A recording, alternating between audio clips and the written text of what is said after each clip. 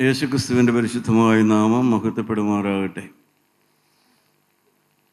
പത്രോസിൻ്റെ ഒന്നാമത്തെ ലേഖനം 1:11 ക്രിസ്തുവിൻ ആത്മാവ് ക്രിസ്തുവിന് വരേണ്ടിയ കഷ്ടങ്ങളെയും പിൻവരുന്ന മഹിമയെയും മുൻകൂട്ടി സാക്ഷീകരിച്ചപ്പോൾ സൂചിപ്പിച്ച സമയം ഏതോ എങ്ങനെയുള്ളതോ എന്ന് പ്രവാചകന്മാർ ആരാഞ്ഞു നോക്കി. ദൈവത്തിന് സ്തോത്രം. അവിടെ നാം വായിക്കുന്നു, ക്രിസ്തുവിൻ്റെ ആത്മാവ് ക്രിസ്തുവിന് വരേണ്ടിയിരുന്ന കഷ്ടങ്ങളെയും പിൻവരുന്ന മഹിമയെയും മുൻകൂട്ടി സാക്ഷീകരിച്ചു. അനുഭവിക്കേണ്ടി വരുന്ന കഷ്ടങ്ങൾ, പിന്നാലെ വരുന്ന മഹിമ. Suffering today, enjoy tomorrow. ഇന്ന് സഹിക്കുക, നാളെ സന്തോഷിക്കുക.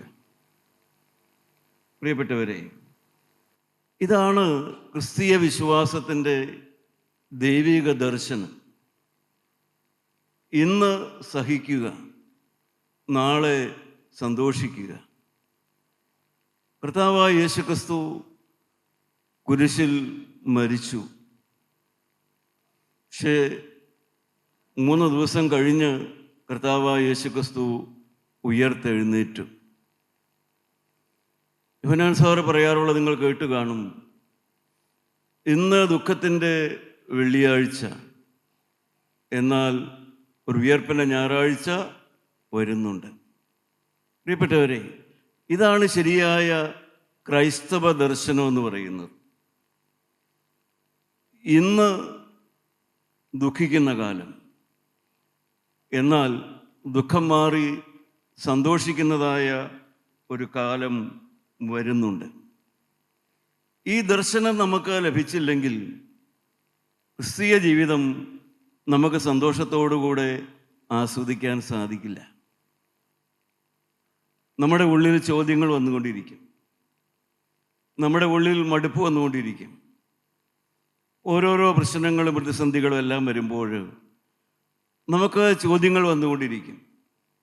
അതുകൊണ്ട് ഇതൊരു അടിസ്ഥാനമായ വിശ്വാസമാണ്.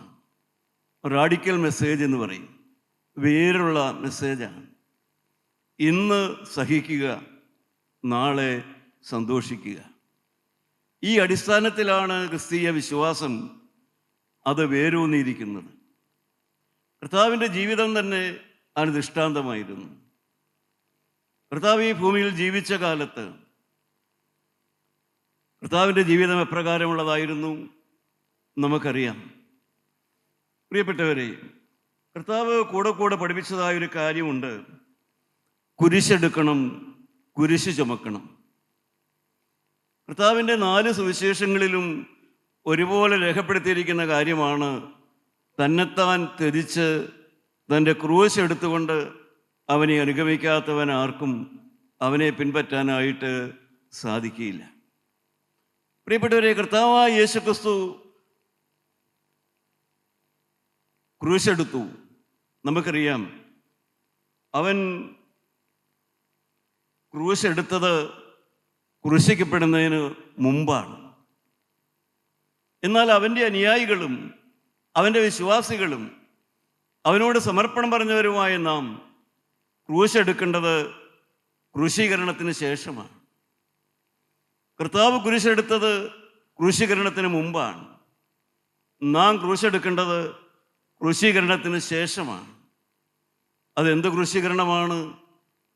പ്രിയപ്പെട്ടവരെ, കർത്താവായ യേശുവിനെ രക്ഷിതാവും കർത്താവുമായി സ്വീകരിച്ച് ആ രക്ഷയുടെ അനുഭവത്തിലേക്ക് വരുമ്പോൾ സംഭവിക്കുന്നത് ഒരു ക്രൂശീകരണം തന്നെയാണ്. ഞാൻ ക്രിസ്തുവിനോടുകൂടെ ക്രൂശിക്കപ്പെട്ടിരിക്കുന്നു അപ്പോസ്തലൻ പറഞ്ഞു. അപ്പോസ്തലൻ ക്രൂശെടുത്തത് ക്രൂശിക്കപ്പെട്ടതിൻ്റെ ശേഷമാണ്. അപ്പോസ്തലൻ്റെ ക്രൂശ് എന്ന് നമുക്കറിയാം, നിന്ദയായിരുന്നു, അപമാനമായിരുന്നു, അവഗണനയായിരുന്നു, അപ്പോസ്തലന് അംഗീകാരമില്ലാത്ത അവസ്ഥയായിരുന്നു. ഇതെല്ലാമായിരുന്നു അപ്പോസ്തലൻ്റെ ക്രൂശ് എന്ന് പറയുന്നത്. അത് പൗലോസ് അപ്പോസ്തലൻ എടുത്തത് ക്രൂശിക്കപ്പെട്ടതിൻ്റെ ശേഷമാണ്. പ്രിയപ്പെട്ടവരെ, നാമും എപ്പോഴും കുരിശെടുക്കാൻ തയ്യാറുള്ളവരായിരിക്കണം. ഒരു ക്രൂശീകരണത്തിന് നാം എപ്പോഴും തയ്യാറുള്ളതായിരിക്കണം. കർത്താവായ യേശു മരക്കുരിശെടുത്തത് വെള്ളിയാഴ്ചയാണ്. അത് മരിക്കാൻ വേണ്ടിയാണ് ആ മരക്കുരിശെടുത്തത്. എന്നാൽ തൻ്റെ ജനനം മുതൽ അവൻ കുരിശെടുക്കുന്നവനായിരുന്നു. കർത്താവിന് ഏറ്റതായ എല്ലാ പീഡകളും അവഗണനകളും അവൻ നിന്ന സമൂഹത്തിൽ നിന്നും, അവൻ്റെ സഭയിൽ നിന്നും, അവൻ്റെ ഭവനത്തിൽ നിന്നെല്ലാം കർത്താവിന് വന്നതായ എല്ലാ പീഡകളും കുത്തുവാക്കുകളും അവഗണനകളും എല്ലാം അവൻ്റെ ക്രൂശായിരുന്നു. മരക്കുരിശ് എടുത്തത് മാത്രമേ ഉള്ളൂ വെള്ളിയാഴ്ച. ബാക്കി കുരിശുകളെല്ലാം അവൻ ദിനംതോറും എടുത്തുകൊണ്ടിരുന്നു. പ്രിയപ്പെട്ടവരെ, നാം എന്തിനാണ് ക്രൂശെടുക്കുന്നത്? കർത്താവ് ക്രൂശെടുത്തത് മരിക്കാൻ വേണ്ടിയാണ്. നാം എന്തിനാണ് കുരിശെടുക്കേണ്ടത്? നാം കുരിശെടുക്കേണ്ടതിൻ്റെ ആവശ്യമെന്താണ്? കർത്താവ് പറഞ്ഞു, കുരിശെടുത്തെന്നെ അനുഗമിക്കാത്തവൻ എനിക്ക് യോഗ്യനല്ല എന്ന് പറഞ്ഞു. നാം കുരിശെടുക്കണം. കാരണം നമ്മുടെ അഹം മരിക്കണം, ഞാനെന്ന ഭാവം മരിക്കണം, ഞാനെന്ന ചിന്ത മരിക്കണം, ഞാൻ ആരോ ആണെന്നുള്ളതായ ഭാവം മരിക്കണം, ഞാൻ മരിക്കണം. ഞാനെന്ന് പറഞ്ഞാൽ ഞാൻ എന്ന ഭാവം മരിക്കണം. അത് മരിക്കണമെങ്കിൽ കുരിശെടുക്കണം. പ്രിയപ്പെട്ടവരെ, ഒരു മദ്യപാനിയായ ഭർത്താവിന് ചുമക്കേണ്ടി വരുന്ന ഒരു ഭാര്യ, അല്ലെങ്കിൽ ഒരു രോഗിയായ ഭാര്യയെ ചുമക്കേണ്ടി വരുന്ന ഒരു ഭർത്താവ്, ഒരു താന്തോന്നിയായ മകനെ അല്ലെങ്കിൽ മകളെ സഹിക്കേണ്ടി വരുന്ന ഒരപ്പൻ, അല്ലെങ്കിൽ നാം എല്ലാം നിൽക്കുന്നിടത്തെല്ലാം വരുന്നതായ പ്രയാസങ്ങൾ, എല്ലാം നാം ചുമന്നേ മതിയാവുകയുള്ളൂ. പ്രിയപ്പെട്ടവരെ, എന്തിനാണ് ചുമക്കുന്നത്? നാം സന്തോഷത്തോടെ കുരിശ് ചുമക്കണം. കർത്താവ് മരക്കുരിശ് ചുമന്നത് സന്തോഷത്തോടെയാണ്. ഭാഗ്യവാനായ അപ്പോസ്തലൻ കുരിശ് ചുമന്നത് സന്തോഷത്തോടെയാണ്. സന്തോഷിപ്പീൻ എന്ന് ഞാൻ പിന്നെയും നിങ്ങളോട് പറയുന്നു. പ്രിയപ്പെട്ടവരെ, സന്തോഷത്തോടെ വേണം നമുക്കുണ്ടാകുന്നതായ നിന്ദയും പീഡയും അവഗണനയും എല്ലാം നാം ചുമക്കുന്നതിന്. സന്തോഷത്തോടെ കുരിശ് ചുമക്കണമെങ്കിൽ കുരിശിൽ മരിച്ചവനെ സ്നേഹിക്കണം. കുരിശിൽ മരിച്ചവനായ യേശുവിനെ സ്നേഹിക്കാതെ നമുക്ക് സന്തോഷത്തോടെ കുരിശെടുക്കാൻ കഴിയുകയില്ല. സുവിശേഷകനായ സ്റ്റാൻലി ജോൺസൺ ഉദാഹരണം പറയും. ഒരു 12 വയസ്സുള്ള കുട്ടിയുടെ തലയിൽ ഒരു 10 കിലോ കല്ലെടുത്ത് വെച്ചാൽ അവൻ ആ കല്ല് താഴെ ഇടും അധികം താമസിയാതെ. പക്ഷേ 12 വയസ്സുകാരൻ്റെ എളിയിൽ 10 വയസ്സുള്ള അവൻ്റെ അനിയത്തിയെ അവിടെ വെച്ച് കൊടുത്താൽ അവൻ താഴെ ഇടില്ല, അവൻ ചുമക്കും. അവൻ്റെ അനിയത്തിയെ അവൻ താഴെ ഇടില്ല, ചുമക്കും. കാരണം എന്താ? അവൻ അനിയത്തിയെ സ്നേഹിക്കുന്നു. പ്രിയപ്പെട്ടവരെ, കല്ലിനെ സ്നേഹിക്കാൻ പറ്റില്ല, പക്ഷേ അനിയത്തിയെ സ്നേഹിക്കുന്നത് കൊണ്ട് അവൻ ആ അനിയത്തിയെ താഴെ ഇടില്ല. ഇതെല്ലാം നമ്മുടെ ദൈനംദിന ജീവിതത്തിൽ നമുക്ക് മനസ്സിലാകുന്ന സത്യങ്ങളാണ് പ്രിയപ്പെട്ടവരെ. അതുകൊണ്ട് സന്തോഷത്തോടെ കുരിശെടുക്കണമെങ്കിൽ നാം കുരിശിൽ മരിച്ചവനെ സ്നേഹിക്കുന്നവരായിരിക്കണം. ദൈവമക്കളെ, നാം എന്തിനാണ് വാസ്തവത്തിൽ ഈ ഫെലോഷിപ്പിലൊക്കെ വരുന്നത്? ഞാൻ എന്തിനാ ഒരു ക്രിസ്ത്യാനിയായി ജീവിക്കുന്നത്? ഞാൻ എന്തിനാ ഇവിടെ വചനം പറയാനും വചനം കേൾക്കാനും ഒക്കെ വരുന്നത്? ഞാൻ എന്തിനാ ദേവാലയത്തിൽ പോകുന്നത്? ഞാൻ എന്തിനാ പരിശുദ്ധ കുർബാന അനുഭവിക്കുന്നത്? എല്ലാത്തിനും വ്യക്തമായ കാരണമുണ്ട്. എന്താണ് കാരണം? ഒരു ഉത്തരമേ ഉള്ളൂ: വരുവാനുള്ളൊരു പ്രത്യാശ.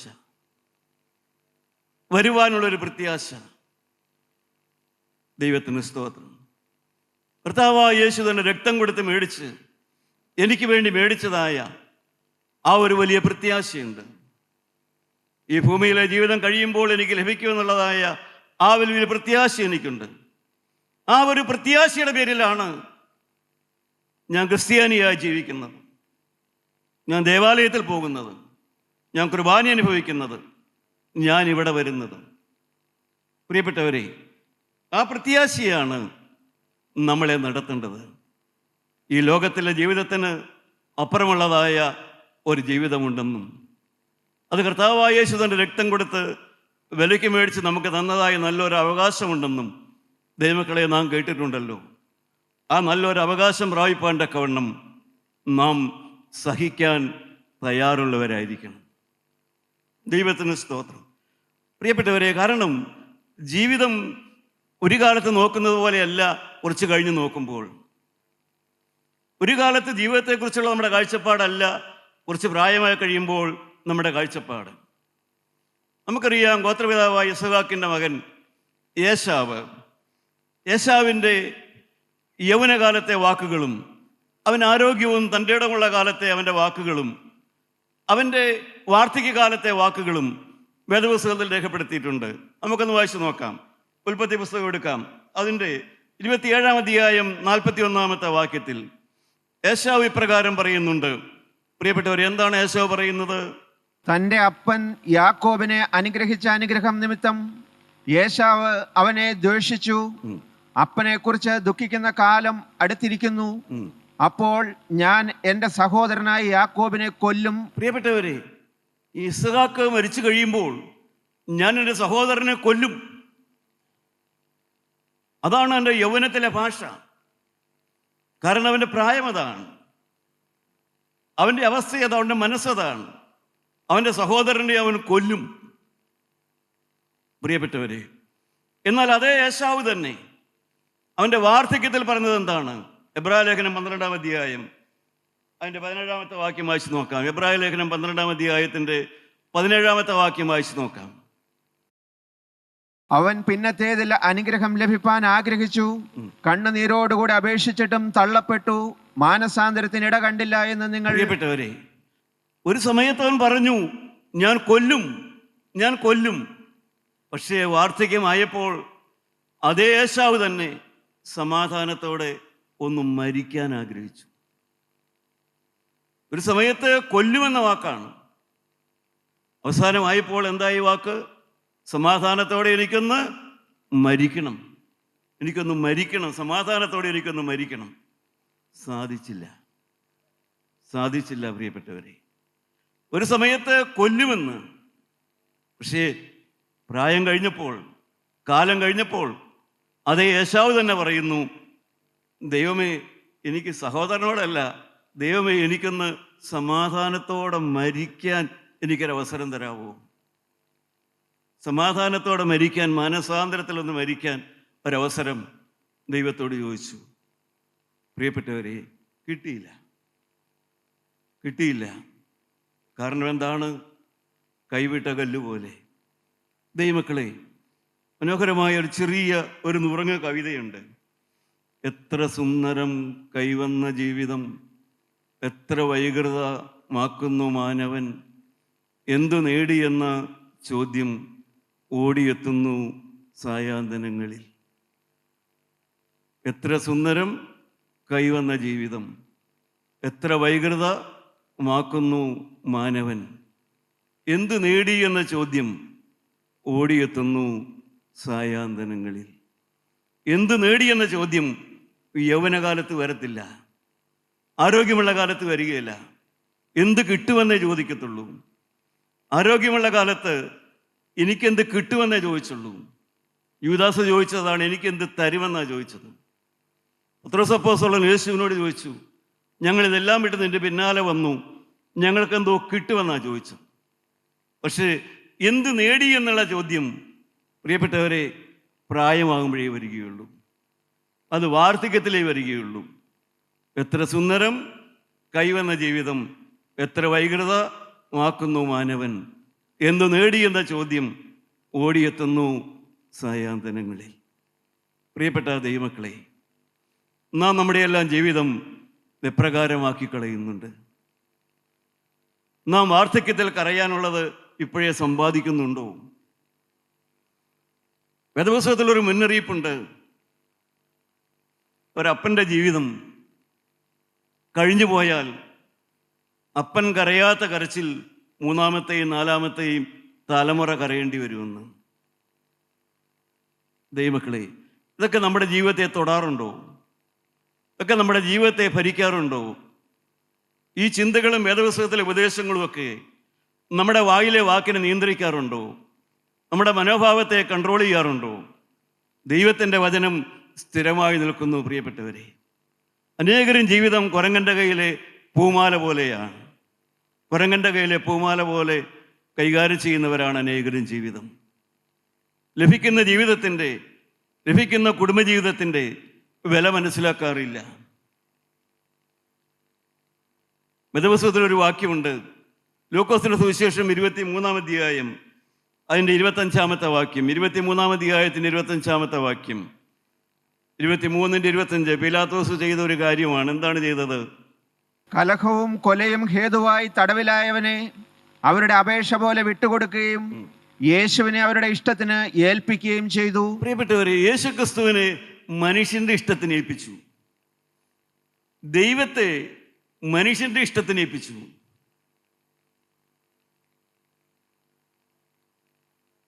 സർവശക്തനായ ദൈവത്തെ മനുഷ്യന്റെ ഇഷ്ടത്തിന് ഏൽപ്പിച്ചു. കാരണം തന്നെത്താൻ തൻ്റെ മഹത്വം ത്യജിച്ച് ഈ ഭൂമിയിലേക്ക് വന്ന യേശുക്രിസ്തുവിനെ പീലാത്തോസ് ചെയ്തത് മനുഷ്യന്റെ കയ്യിലേക്ക് ഏൽപ്പിച്ചു. മനുഷ്യന്റെ കയ്യിലേക്ക് ഏൽപ്പിച്ചിട്ട് എന്തുണ്ടായി പ്രിയപ്പെട്ടവരെ? യേശുവിനെ മനുഷ്യന്റെ കയ്യിലേക്ക് ഏൽപ്പിച്ചിട്ട് എന്തുണ്ടായി? ആലോചിച്ച് നോക്കുക. ദൈവത്തെ മനുഷ്യന്റെ കയ്യിലേക്ക് ഏൽപ്പിച്ചു. എപ്പോഴും ഓർക്കുക, മനുഷ്യന്റെ കയ്യിലേക്ക് ഏൽപ്പിച്ചാൽ എന്തായിരിക്കും അനുഭവം എന്ന് ഇതെല്ലാം നമുക്ക് തരുന്ന പാഠങ്ങളാണ്. ദൈവത്തെ മനുഷ്യന്റെ കയ്യിലേക്ക് ഏൽപ്പിച്ചു. അവർ ചെയ്തതെല്ലാം നമുക്കറിയാം. ദൈവമക്കളെ, ഒന്ന് സാവകാശം ചിന്തിച്ചു നോക്കുക. മനുഷ്യന്റെ ധാരണയാണതെല്ലാം. തുടർന്നതെല്ലാം പൊന്നാക്കാം, എന്നെ ഏൽപ്പിച്ചാൽ എല്ലാം ശരിയാക്കാം.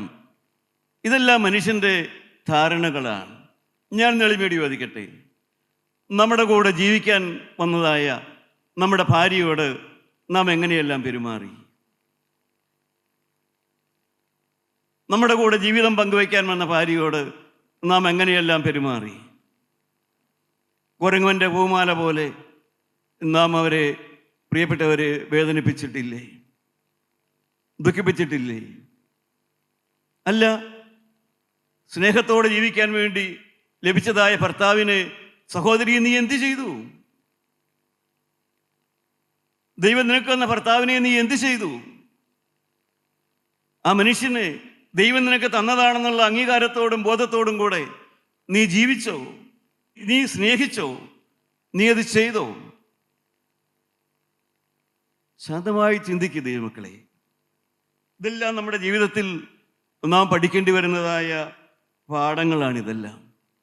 കാരണം നാം വിചാരിക്കും നമുക്കെല്ലാം കഴിയുമെന്ന്, നാം എല്ലാം ശരിയാണെന്ന്, നാം എല്ലാം കഴിവുള്ളവരാണ്, നാം എല്ലാം പ്രാപ്തിയുള്ളവരാണ്, നാം എല്ലാം എല്ലാത്തിനും തികഞ്ഞവരാണെന്ന് നമുക്ക് തോന്നാനുള്ള ധാരാളം കാര്യങ്ങളുണ്ട്. അതുകൊണ്ടാണ് പറഞ്ഞത്, ആദ്യം സഹിക്കുക, പിന്നീട് വരുവാനുള്ള മഹത്വം കാണുക.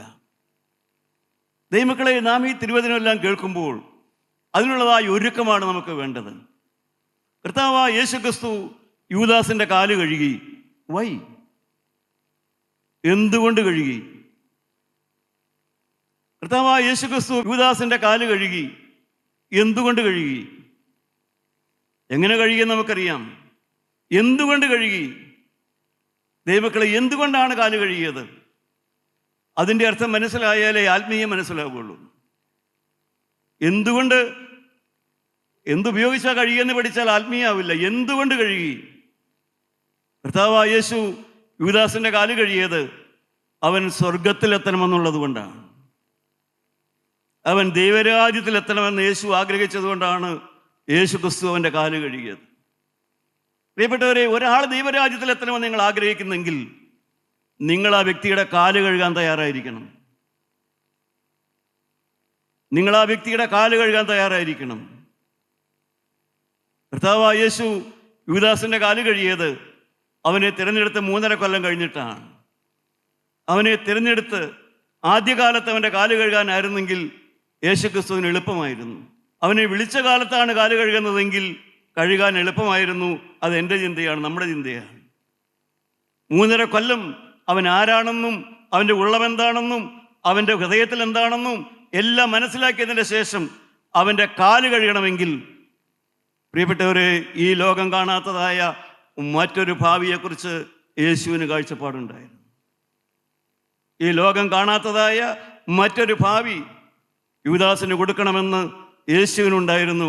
അതുകൊണ്ടാണ് കർത്താവായ യേശുക്രിസ്തു അവൻ്റെ കാല് കഴുകിയത്. പ്രിയപ്പെട്ടവരെ, യേശുക്രിസ്തു കാല് കഴുകിയിട്ടും അവനത് പ്രാപിക്കാനായിട്ട് സാധിച്ചില്ല. നാം എപ്പോഴും നമ്മളിലേക്ക് തന്നെ നോക്കണം. പ്രിയപ്പെട്ടവരെ, നമ്മുടെ ഹൃദയം കഠിനപ്പെട്ടു പോകരുത്. നമ്മുടെ ഹൃദയം കഠിനപ്പെട്ടു പോകരുത്. നമ്മുടെ കൂടെ ജീവിക്കുന്നവരുടെ ഹൃദയം കഠിനപ്പെട്ടു പോയാലും നമ്മുടെ ഹൃദയം കഠിനപ്പെട്ടു പോകരുത്. യേശുവിൻ്റെ കൂടെ ജീവിച്ച യൂദാസിൻ്റെ ഹൃദയം കഠിനപ്പെട്ടു പോയി. പക്ഷേ യേശുവിൻ്റെ ഹൃദയം കഠിനപ്പെട്ടില്ല. യേശുവിൻ്റെ ഹൃദയം കഠിനപ്പെട്ടില്ല. പ്രിയപ്പെട്ട സഹോദരി, നിന്റെ കൂടെ ജീവിക്കുന്ന ഭർത്താവിൻ്റെ ഹൃദയം കഠിനപ്പെട്ടു പോയാലും നിന്റെ ഹൃദയം കഠിനപ്പെട്ടു പോകരുത്. കാരണം നിന്റെ ഹൃദയമാണ് നിന്റെ സ്വത്ത്, നിന്റെ ഹൃദയമാണ് നിന്റെ സമ്പാദ്യം. ഈ ഭൂമിയിൽ നിനക്ക് കൊണ്ടുപോകാനുള്ളത് നിന്റെ ഹൃദയം മാത്രമേ ഉള്ളൂ. നീ കേൾക്കുന്ന പ്രിയപ്പെട്ടവരെ, നമ്മുടെ കൂടെ ജീവിക്കുന്നവരുടെ ഹൃദയം കഠിനപ്പെട്ടാലും നമ്മുടെ ഹൃദയം ഒരിക്കലും കഠിനപ്പെടരുത്. ഒരിക്കലും കഠിനപ്പെടരുത്. അത് യേശുവിൻ്റെ ഹൃദയമായിരിക്കണം. അത് യേശുവിൻ്റെ ഹൃദയമായിരിക്കണം. നാം ആശ വയ്ക്കേണ്ടത് അതിനാണ്. നാം ആഗ്രഹിക്കുന്നതിനാണ്. നാം പ്രതീക്ഷ വയ്ക്കേണ്ടത് യേശുവിൻ്റെ ഹൃദയം പോലെ ഒരു ഹൃദയം എനിക്ക് കിട്ടുന്നതിന് വേണ്ടിയാണ്. യേശുവെ പോലെയാകുവാൻ, യേശുവിൻ വാക്ക് കേൾക്കുവാൻ എന്നെല്ലാം നാം പാടാറുണ്ട്. പ്രിയപ്പെട്ടവരെ, യേശുവിനെ പോലെ ആകുക എന്ന് പറഞ്ഞാൽ യേശുവിനെ പോലെ കുരിശിൽ മരിക്കുക എന്നല്ല എൻ്റെ അർത്ഥം. യേശുവിൻ്റെ ഹൃദയമുള്ളവനാകുക എന്നാണ്.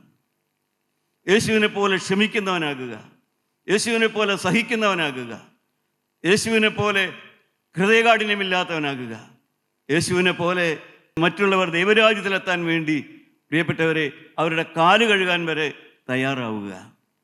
ദൈവത്തിന് സ്തോത്രം. ദൈവമക്കളെ, നാം ഓരോരുത്തരും നമ്മുടെ ജീവിതത്തിലേക്ക്, നമ്മുടെ എല്ലാ കുടുംബങ്ങളിൽ എന്തെല്ലാം നടക്കുന്നു? ക്രൂശീകരണം നടക്കുന്നു. അനേക കുടുംബങ്ങളിൽ ക്രൂശീകരണവും കബറടക്കവും നടക്കുന്നു. ഇതിലൊക്കെ ഫോണൊക്കെ വിളിച്ച് കേൾക്കുമ്പോൾ ധാരാളം ദൈവമക്കൾ ഫോൺ വിളിക്കുകയൊക്കെ ചെയ്യാറുണ്ട്. അപ്പോൾ സങ്കടപ്പെടാറുണ്ട്. ദൈവമേ, ആ ഭവനത്തിൽ ക്രൂശീകരണമാണല്ലോ നടക്കുന്നത്. ആ ഭവനത്തിൽ ക്രൂശീകരണമാണല്ലോ നടക്കുന്നത്. ചില സ്ഥലത്ത് 2 പേരുമുണ്ട്, ഭാര്യയും ഭർത്താവും ഒക്കെ ഉണ്ട്. ക്രൂശീകരണമാണല്ലോ നടക്കുന്നത് എന്ന് ഞാൻ തിരിച്ചു പോകാറുണ്ട്. പ്രിയപ്പെട്ടവരെ, ക്രൂശീകരണം നടക്കുന്നു, കബറടക്കം നടക്കുന്നു. എന്തെല്ലാമാണ് ക്രൂശീകരിക്കപ്പെടുന്നത്? സമാധാനം പല ഭവനങ്ങളിലും ക്രൂശീകരിക്കപ്പെടുന്നു. പല ഭവനങ്ങളിലും സമാധാനം ക്രൂശീകരിക്കപ്പെടുന്നു. അവനവൻ്റെ താഴാത്ത മനസ്സും എളിമപ്പെടാത്ത മനോഭാവവും ഞാൻ ആരോ ആണെന്നുള്ള ചിന്തയെല്ലാം അനേക ഭവനങ്ങളിലെ സമാധാനത്തെ ക്രൂശിച്ചു കളയുന്നു. പ്രിയപ്പെട്ടവരെ, അനേക ഭവനങ്ങളിൽ ദൈവസാന്നിധ്യം കബറടക്കപ്പെടുന്നു. അനേക ഭവനങ്ങളിൽ ദൈവസാന്നിധ്യമില്ല. നിങ്ങളുടെ ഭവനത്തിൽ ദൈവസാന്നിധ്യമുണ്ടോ? ഇത് കേൾക്കുന്ന ദൈവമക്കളെ, നിങ്ങളുടെ ഭവനത്തിൽ ക്രൂശീകരണം നടക്കുന്നുണ്ടോ? നിങ്ങളുടെ ഭവനത്തിൽ ദൈവസാന്നിധ്യമുണ്ടോ? നാം ശാന്തമായി നമ്മുടെ ജീവിതത്തിലേക്ക് ഓടിച്ചു നോക്കണം. പ്രിയപ്പെട്ടവരെ, ജീവിതം 2ാം പ്രാവശ്യം നമുക്ക് കിട്ടുന്നതല്ല. ജീവിതം ഒരിക്കലേ നമുക്ക് കിട്ടുകയുള്ളൂ. ആ ജീവിതം ഇന്ന് സഹിക്കുക, നാളെ നേടുക. ഇതാണ് ദൈവം നമ്മളെ പഠിപ്പിച്ചിരിക്കുന്നത്. അനുഭവിക്കേണ്ടി വരുന്ന കഷ്ടങ്ങളും പിന്നാലെ വരുന്ന മഹിമയും. പ്രിയപ്പെട്ടവരെ, അത് നിങ്ങളുടെ ഹൃദയത്തിൽ ഉറച്ചാൽ, ആ തീരുമാനം നിങ്ങളുടെ ഹൃദയത്തിൽ ഉറച്ചാൽ, നിങ്ങൾക്ക് ജീവിതത്തെ ധൈര്യമായി നേരിടാൻ പറ്റും. ജീവിത സാഹചര്യങ്ങളെ നിങ്ങൾക്ക് ധൈര്യമായി നേരിടാൻ പറ്റും. നിങ്ങൾക്ക് ലഭിക്കുന്നത് എന്തായാലും നിങ്ങൾക്ക് നേരിടാൻ പറ്റും. കാരണം ഇന്ന് സഹിക്കുക, നാളെ മഹിമയോടുകൂടെ സന്തോഷിക്കുക. ദൈവത്തിന് സ്തോത്രം. പ്രിയപ്പെട്ടവരെ, നിങ്ങളുടെ ഹൃദയം ഇതിലെല്ലാം ഉറയ്ക്കുന്നുണ്ടോ?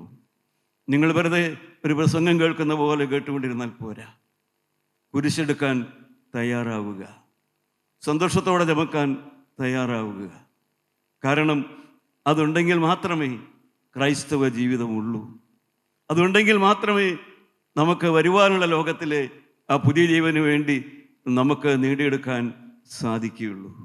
പ്രിയപ്പെട്ടവരെ, നാം ഓരോരുത്തരും എന്താണ് ചെയ്യേണ്ടത്? നാം ഓരോരുത്തരും എന്താ ചെയ്യേണ്ടത്? ദൈവത്തിന് സ്തോത്രം. നാം എന്ത് ചെയ്യണം? ഒരു കാര്യം ഉറപ്പാ, യേശു കഷ്ടമേറ്റതിനാൽ നമ്മുടെ കഷ്ടം നീങ്ങിപ്പോയി. കർത്താവായ യേശു കഷ്ടമേറ്റതിനാൽ നമുക്ക് വരാവുന്ന ഏറ്റവും വലിയ കഷ്ടം മാറിപ്പോയി. പ്രിയപ്പെട്ടവരെ, നിങ്ങൾ വിശ്വസിക്കുന്നുണ്ടോ? കർത്താവായ യേശു എനിക്ക് വേണ്ടി കഷ്ടമേറ്റതിനാൽ എനിക്ക് വരാവുന്ന ഏറ്റവും വലിയ കഷ്ടത മാറിപ്പോയി.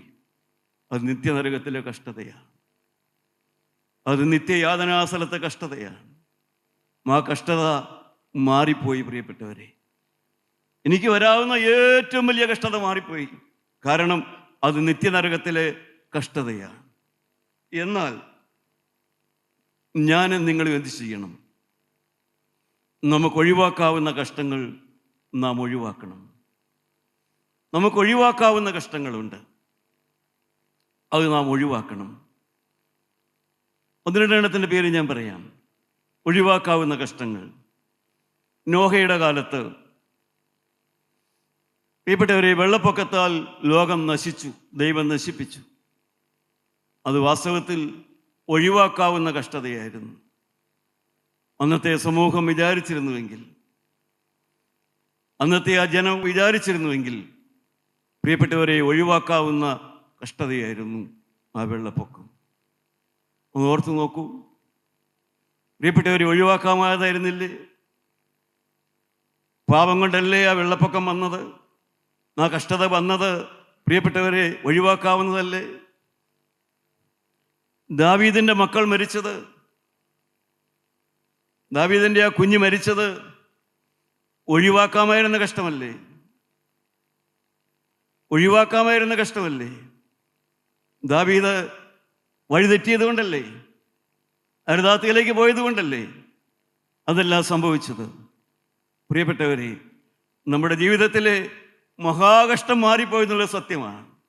മാനസാന്തരപ്പെട്ട കർത്താവിനെ സ്വീകരിച്ച നമ്മുടെ ജീവിതത്തിലെ ആ വലിയ കഷ്ടത, നരകത്തിൻ്റെ കഷ്ടത മാറിപ്പോയെന്നുള്ള സത്യമാണ്. പക്ഷേ നമുക്ക് ഒഴിവാക്കാവുന്ന കഷ്ടങ്ങൾ നാം ഒഴിവാക്കണം. പാപം ചെയ്യരുത്, പാപത്തിലേക്ക് പോകരുത്. പ്രിയപ്പെട്ടവരെ, ഒരു നീതിമാനായ ഒരു ദൈവമുണ്ട്. ദാവീദിന്റെ കഷ്ടത ദാവീദിന് ഒഴിവാക്കാമായിരുന്നു. റാഹേലിൻ്റെ അകാല മരണം റാഹേലിന് ഒഴിവാക്കാമായിരുന്നു. നിങ്ങൾക്കറിയാമല്ലോ, ഗോത്രപിതാവായ യാക്കോബിൻ്റെ ഇഷ്ടപ്പെട്ട ഭാര്യ റാഹേല് ഒരു അകാല മരണം സംഭവിച്ചോടെ. അവരുടെ അകാല മരണം അവൾക്ക് ഒഴിവാക്കാമായിരുന്നു. എന്തായിരുന്നു കാരണം? നിങ്ങൾക്കറിയാമല്ലോ. അവൾ പ്രസവത്തോടുകൂടെ മരിച്ചു. അതിൻ്റെ പിന്നിലെല്ലാം ചില കാര്യങ്ങളുണ്ട്. അവൾ അവളുടെ അപ്പനോടൊരു നുണ പറഞ്ഞു. അപ്പൻ്റെ ഗൃഹബിംബങ്ങൾ കൊണ്ടുവന്നു. അപ്പൻ ഗൃഹബിംബങ്ങളെ തേടി വന്നപ്പോൾ അവളുടെ ഭർത്താവായ യാക്കോബ് പറഞ്ഞു, ആ ഗൃഹബിംബങ്ങൾ ആരുടെയെങ്കിലും പക്കൽ ഉണ്ടെങ്കിൽ അവൻ മരിക്കണം. അവളും കേട്ടതാണ്, കൂസിയില്ല. അവൾക്ക് എഴുന്നേൽക്കാൻ മേല എന്നുള്ള ഭാവത്തിൽ അവൾ അപ്പൻ്റെ മുമ്പിൽ ആ പീഠത്തിലിരുന്നു. അപ്പൻ പരിശോധിച്ചു, ഒന്നും കിട്ടിയില്ല. അപ്പൻ പോയി. പ്രിയപ്പെട്ടവരെ, പക്ഷേ ലാബാന്റെ കണ്ണല്ല ദൈവത്തിൻ്റെ കണ്ണ്. ലാബാന്റെ കണ്ണിൽ ഒന്നും കിട്ടിയില്ല. അപ്പനായ ലാബാന്റെ കണ്ണിൽ അതൊന്നും പെട്ടില്ല. പക്ഷേ ദൈവത്തിൻ്റെ കണ്ണിൽ അതവിടെ നിന്നു. ആ വാക്യോടെ നിന്നു. അതാരുടെയെങ്കിലും കയ്യിലുണ്ടെങ്കിൽ അവൻ മരിക്കണം. പ്രിയപ്പെട്ടവരെ, നമ്മുടെ കഷ്ടങ്ങൾ നാം ഒഴിവാക്കുക. ഒഴിവാക്കേണ്ട കഷ്ടങ്ങൾ ഒഴിവാക്കുക. തുറന്ന് പറയേണ്ടത് തുറന്ന് പറയുക. ഉപേക്ഷിക്കേണ്ടത് ഉപേക്ഷിച്ച് കളയുക. അവൾക്ക് ആഗ്രഹം ഉപേക്ഷിച്ചാലും ഒന്നും വരാനില്ലായിരുന്നു. അത് കയ്യിൽ കിട്ടിയത് കൊണ്ട് അവൾക്കൊന്നും നേടാനും കഴിഞ്ഞില്ല. ദൈവമക്കളെ, നിങ്ങളുടെ പക്കൽ ഉപേക്ഷിക്കേണ്ടത് ഉപേക്ഷിക്കാതെ കയ്യിൽ വെച്ചുകൊണ്ടിരുന്നാൽ മകളെ നിനക്കത് അനുഭവിക്കാൻ സാധിക്കണമെന്നില്ല. ആ ഗൃഹബിംബങ്ങൾ കൊണ്ട് സ്വത്ത് കിട്ടുമെന്നാണ് അവൾ കരുതിയെന്നെല്ലാം വേദവ്യാഖ്യാതാക്കൾ പറയുന്നു. എന്തുവാകട്ടെ, അവൾക്കത് കളയാമായിരുന്നു. അവൾക്കവിടെ കൗശലം കാണിച്ച് പ്രിയപ്പെട്ടവരെ അപ്പൻ്റെ മുമ്പിൽ വ്യാജം കാണിക്കേണ്ട ആവശ്യമുണ്ടായിരുന്നില്ല. പ്രിയപ്പെട്ടവരെ, നമുക്ക് സത്യസന്ധരാകാം, നമുക്ക് നേരുള്ളവരാകാം, നമുക്ക് സത്യസന്ധരാകാം. ലാബാന്റെ കണ്ണല്ല ദൈവത്തിൻ്റെ കണ്ണെന്ന് നാം എപ്പോഴും ഓർത്തുകൊള്ളണം. മനുഷ്യൻ്റെ കണ്ണല്ല ദൈവത്തിൻ്റെ കണ്ണ്. മനുഷ്യൻ്റെ കണ്ണിൽ മറഞ്ഞിരുന്നാലും ദൈവത്തിൻ്റെ കണ്ണ് കണ്ടുപിടിക്കും. പ്രിയപ്പെട്ടവരെ, മനുഷ്യരെ നമുക്ക് വഞ്ചിക്കാം, പക്ഷെ ദൈവത്തെ വഞ്ചിക്കാൻ പറ്റില്ല. പ്രിയപ്പെട്ട ദൈവമക്കളെ, നമുക്ക് കുരിശെടുക്കാം, നമുക്ക് കുരിശെടുക്കാം. അനന്യാസിൻ്റെയും സഫീറായുടെയും മരണം ഒഴിവാക്കാമായിരുന്നതല്ലേ? അനന്യാസിൻ്റെയും സഫീറായുടെയും മരണം ഒഴിവാക്കാമായിരുന്ന കഷ്ടതയല്ലേ? പ്രിയപ്പെട്ടവരെ, നമുക്ക് തിരുത്താനുണ്ട്, നമുക്ക് മാറാനുണ്ട്. നമുക്ക് ഇന്ന് സഹിക്കാം, നാളെ വാഴാം. ഇന്ന് കുരിശെടുക്കാം, നാളെ കർത്താവിനോടുകൂടെ വാഴാം. ഇന്ന് ദൈവമക്കളെ, നമ്മുടെ പ്രിയപ്പെട്ടവരെ നമുക്ക് ചുമക്കാം. 12 വയസ്സുള്ള കുട്ടിയുടെ എളിയിൽ 10 വയസ്സുള്ള അവൻ്റെ അനിയത്തിയെ വെച്ച് കൊടുത്താൽ അവൻ താഴെയിടില്ല, അവൻ ചുമക്കും. എൻ്റെ പ്രിയപ്പെട്ടവരെ, നാം ചുമക്കേണ്ടവർ നമുക്ക് ചുറ്റുമുണ്ട്. നമ്മുടെ പുസ്തകമടച്ച് നമുക്ക് അല്പസമയം ചിന്തിക്കാം. നാം താഴെയിടേണ്ട കല്ലിനെ സ്നേഹിക്കാൻ പറ്റില്ല, പക്ഷേ മനുഷ്യനെ സ്നേഹിക്കണം. കല്ലിനെ താഴെയിടാം, സ്നേഹിക്കുന്നവനെ താഴെയിടരുത്, സ്നേഹിക്കുന്നവരെ താഴെയിടരുത്. അവരെ നാം ചുമക്കണം. എൻ്റെ പ്രിയപ്പെട്ടവരെ, അവരെ താഴെയിടരുത്, സ്നേഹിക്കേണ്ടവരെ ചുമക്കണം. ആരുടെ എല്ലാം ഹൃദയം കഠിനപ്പെട്ടു പോയാൽ നിങ്ങളുടെ ഹൃദയം കഠിനപ്പെടരുത്. യുദാസിൻ്റെ ഹൃദയം കഠിനപ്പെട്ടുവെങ്കിലും യേശുവിൻ്റെ ഹൃദയം കഠിനപ്പെട്ടില്ല. പ്രിയപ്പെട്ടവരെ, നമ്മുടെ ഹൃദയം ഒരിക്കലും കഠിനപ്പെട്ടു പോകരുത്. നാം ഒരിക്കലും കഠിനപ്പെട്ടു പോകരുത്. ഇന്നത്തെ കഷ്ടങ്ങൾ കണ്ട് നാം നിരാശപ്പെട്ടു പോകരുത്. നാളെ വലിയൊരു സമാധാനം വരാനായിട്ടുണ്ട്. ദൈവത്തിൻ്റെ സ്തോത്രം. നാളെ വലിയൊരു ആനന്ദം നമുക്ക് വരാനായിട്ടുണ്ട്. നിങ്ങൾ വിശ്വസിക്കൂ പ്രിയപ്പെട്ടവരെ, നമ്മുടെ മഹാകഷ്ടം മാറ്റിത്തന്ന കർത്താവായ യേശു ക്രിസ്തു നമ്മുടെ ഇന്നത്തെ കഷ്ടങ്ങൾ മാറ്റിത്തരാൻ അവൻ ശക്തനാണ്. അതിന് വേണ്ടത് നമ്മുടെ മാനസാന്തരമാണ്. അതിന് വേണ്ടത് നമുക്കൊരു പുതിയ ഹൃദയമാണ്. അതിന് വേണ്ടത് നമുക്കൊരു സമർപ്പണമാണ്. പ്രിയപ്പെട്ടവരെ, ആ സമർപ്പണത്തിലേക്ക് നാം വന്നാൽ ഇതെല്ലാം മാറാവുന്നതേ ഉള്ളൂ. സമർപ്പണത്തിലേക്ക് വന്നാൽ നമ്മുടെ രോഗങ്ങൾ പോലും മാറിപ്പോകും. സമർപ്പണത്തിലേക്ക് വന്നാൽ നമ്മുടെ ഇച്ഛാഭംഗം മാറിപ്പോകും. സമർപ്പണത്തിലേക്ക് വന്നാൽ നമ്മുടെ കയ്പ് മാറിപ്പോകും. സമർപ്പണത്തിലേക്ക് വന്നാൽ നമ്മുടെ കഠിന ഹൃദയം മാറിപ്പോകും. പ്രിയപ്പെട്ടവരെ, നിങ്ങൾ സമർപ്പണത്തിലേക്ക് വരൂ, നിങ്ങൾ തീരുമാനത്തിലേക്ക് വരൂ. അപ്പോൾ നിങ്ങളുടെ ഈ വേദനകളെല്ലാം മാറിപ്പോകുമെന്നുള്ളത് ഉറപ്പാണ്, നല്ല ഉറപ്പാണ്. പ്രിയപ്പെട്ടവരെ, നാം നിത്യതയിലെത്തും. ഹല്ലേലൂയ. അതാണ് ദൈവത്തിൽ പറഞ്ഞത്, ഇന്ന് സഹിക്കുക നാളെ വാഴുക. ഇന്ന് സഹിക്കുക നാളെ വാഴുക. നിത്യത തന്നിൽ ഞാനെത്തും. തന്റെ സ്തുത്യ പാദങ്ങൾ ഞാൻ മുത്തും. നിത്യത തന്നിൽ ഞാനെത്തും. തന്റെ സ്തുത്യ പാദങ്ങൾ ഞാൻ മുത്തും. ഭക്തിയാനന്ദ കണ്ണീർ ഞാൻ വീഴ്ത്തും.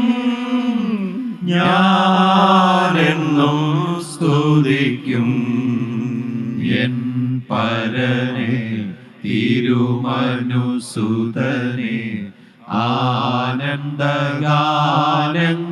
പാടി പുകഴ്ത്തി ഞാനെന്നും സ്തുതിക്കും. പ്രിയപ്പെട്ടവരെ, നാം പാടിയ വരി നമുക്കൊന്നുകൂടെ പാടാം. ആനന്ദ കണ്ണുനീർ പൊഴിക്കും. മറ്റുള്ളവർക്ക് അറിയിപ്പിച്ചപ്പോൾ പുറത്തു വന്ന കണ്ണുനീരാണ് ആനന്ദ കണ്ണുനീര്. മറ്റുള്ളവർക്ക് അറിയിച്ചപ്പോൾ നമുക്ക് വന്ന കണ്ണുനീരാണ് ആനന്ദത്തിൻ്റെ കണ്ണുനീര്. മറ്റുള്ളവർ ചിരിപ്പിച്ചപ്പോൾ നാം ചിരിച്ച കണ്ണുനീര് വിലയില്ലാത്ത കണ്ണുനീരാണ്. മറ്റുള്ളവർക്ക് അറിയിപ്പിച്ചപ്പോൾ നമുക്ക് വന്ന കണ്ണുനീരിൻ്റെ പേരാണ് ആനന്ദ കണ്ണുനീര്. ആ 2 വരി കൂടെ നമുക്ക് കൈ ഉയർത്തി ഒന്ന് പാടാം. ഞാനെന്നും സ്തുതിക്കും എൻ പരനെ തിരുമനുസുതനെ. ആനന്ദഗാനങ്ങൾ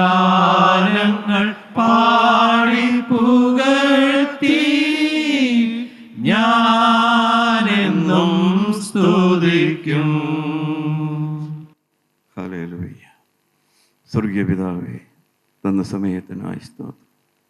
നീ ഞങ്ങളുടെ കൂടെ തന്നെയുള്ളതിനാൽ സ്തോത്രം. നീ ഞങ്ങളെ കണ്ടുകൊണ്ടിരിക്കുന്നതിനാൽ സ്തോത്രം. ഈ മക്കൾക്ക് ധാരാളം ആനന്ദ കണ്ണുനീർ കൊടുക്കണമേ.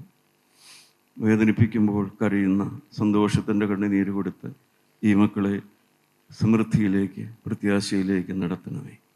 എല്ലാവരെയും അനുഗ്രഹിക്കണമേ. യേശു മൂലം പ്രാർത്ഥിക്കുന്നു. കൃപയോടെ കേട്ട് ഉത്തരം തരുമാറാകണമേ.